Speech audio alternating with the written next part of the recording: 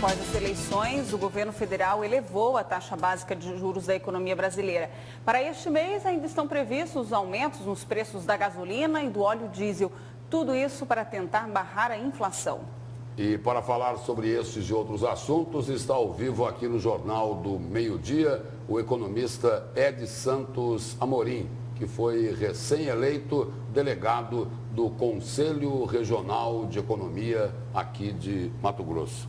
Boa tarde. Agora delegado, né? Boa tarde, delegado. Boa tarde. Um imenso prazer estar aqui no programa. E agora com esses, voltando aí à questão do que a Ivânia acabou de falar, os aumentos aí de energia elétrica, os aumentos de combustíveis vão ajudar a fazer que a inflação dispare mais ainda.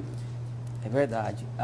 O governo tinha uma estimativa de, pelo menos agora, entre novembro e dezembro, não elevar mais a taxa Selic, que o último aumento agora em outubro, ela ficou em 11,25, né? Alguns mais otimistas acreditam que ela vai se manter até o final do ano. Mas eu, como a minoria dos analistas, acredito que ela vai subir um pouco mais. Ela vai chegar aí a 11,5 e deve fechar o ano em 11,5. Essa é a projeção.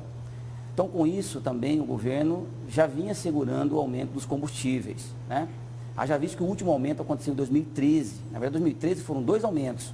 Um no início do ano e o outro no final do ano. Geralmente acontece isso após um período de eleição, quando é o ano de eleição.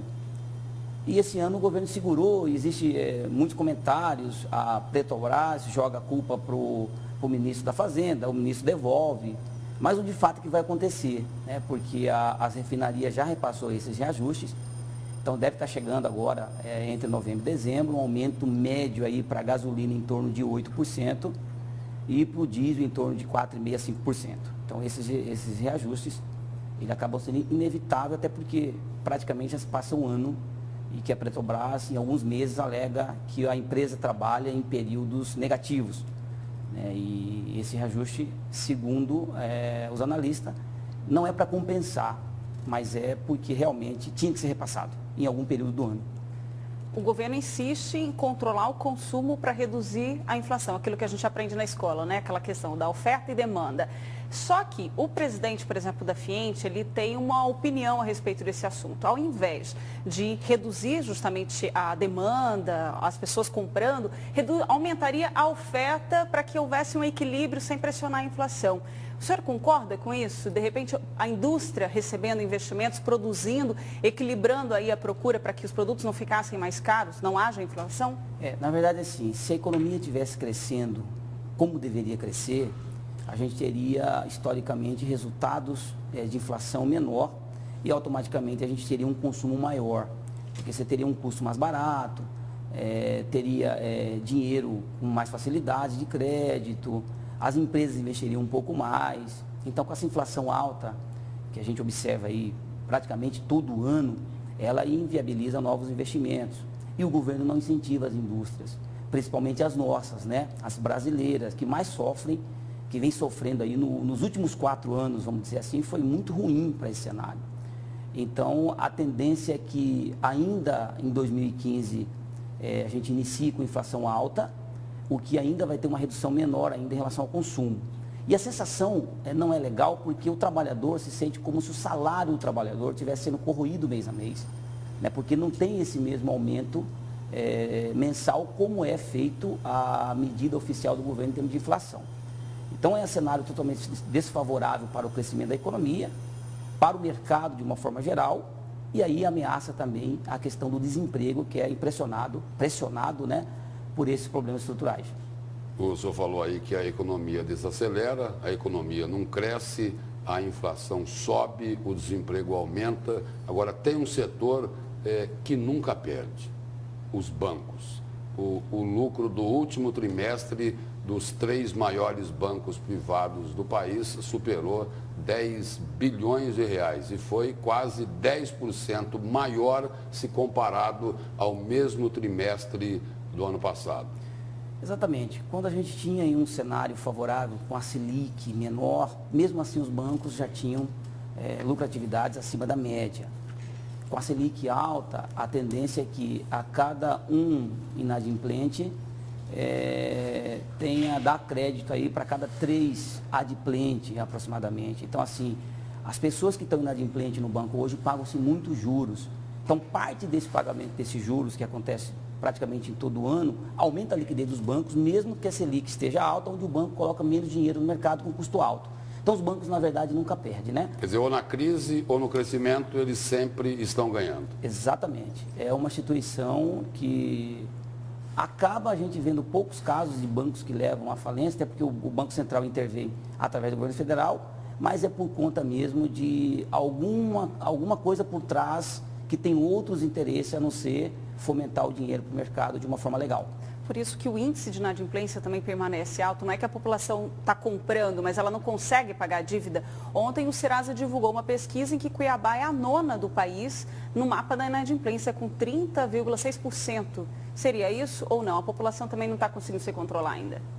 Além da população não se controlar, porque culturalmente ninguém faz planejamento financeiro, né, que seria aí a porta de entrada e de saída para esse gargalo doméstico.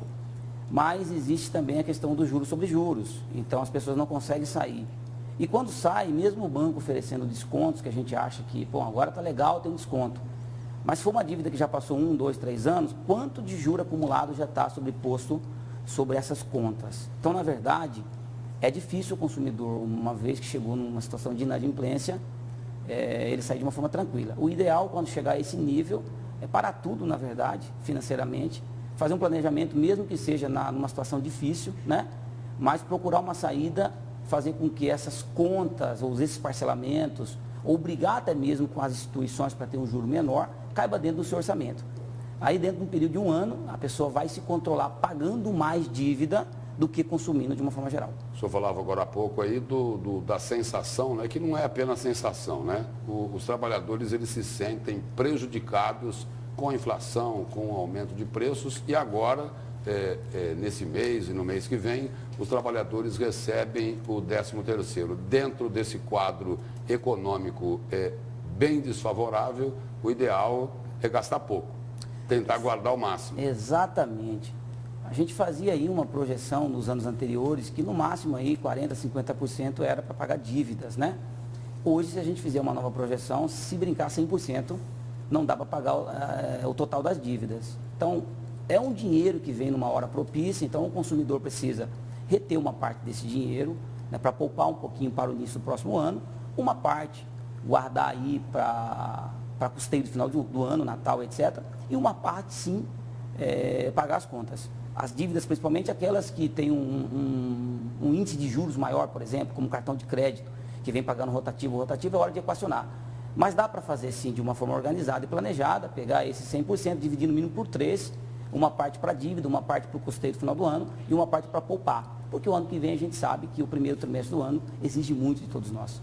Professora, aproveitando a oportunidade, né, sobre esse novo processo, né, de eleição junto ao Conselho Regional, o Conselho está passando por uma renovação. O senhor foi eleito na semana passada junto com outro grupo. Qual que é o planejamento que se tem agora para a entidade?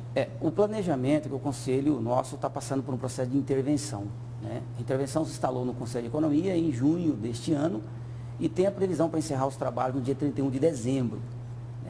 Isso por conta de que as gestões anteriores não prestaram conta dos exercícios de 2009 a 2013 para o Conselho Federal.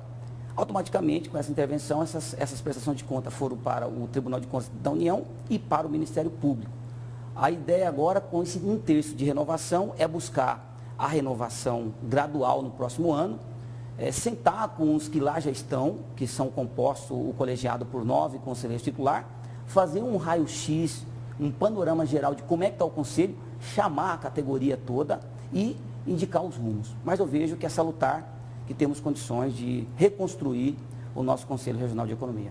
Obrigado pela presença e pelas informações. E não é só no Tribunal Regional Eleitoral que tem problema de prestação de contas, né? Lá no Conselho Regional, pelo que o senhor disse também, né? É um conselho pequeno, né, que poderia ter sido trabalhado de uma forma diferente.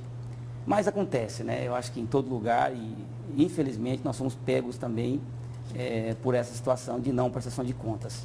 Mas a intervenção será a saída aí junto com todo o colegiado. Muito obrigado pela presença do senhor aqui. Eu que agradeço, estou sempre à disposição. Muito obrigada. Nada.